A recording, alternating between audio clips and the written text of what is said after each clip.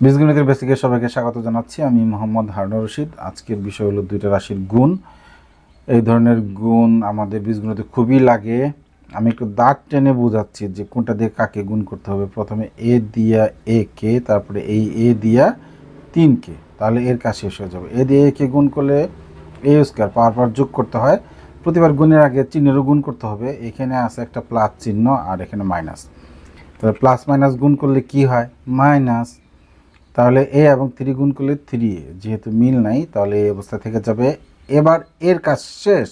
এবার 2 দিয়ে এ কে করবো, আবার 2 দিয়ে 3কে করব। তাহলে 2 দিয়ে এ কে করলে প্লাস প্লাসে প্লাস 2a, প্লাস মানে আছে মাইনাস 6। এবার এখানে মিলে গিয়েছে এ যদি এরকম মিলে যায় তাহলে আমাদের যোগ করে বা সরল করে দিতে হয়। এখানে বড়কে 3, তাহলে মাইনাস বড়টা চিহ্ন বসবে। 3 থেকে 2 বিয়োগ করলে 1 তো আর লেখা হয় না, এ মানেই 1 -6, এটা হবে অ্যান্সার। তাহলে গুণের বেলায় আমরা দেখলাম যে চিহ্নেরও গুণ করতে হয়।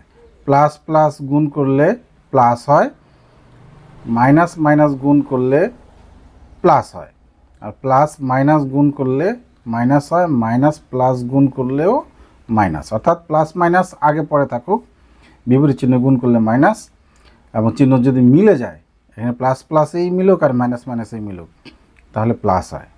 আশা করছি যে এ ধরনের গুণ তোমরা পারবে। সবাইকে অনেক অনেক ধন্যবাদ।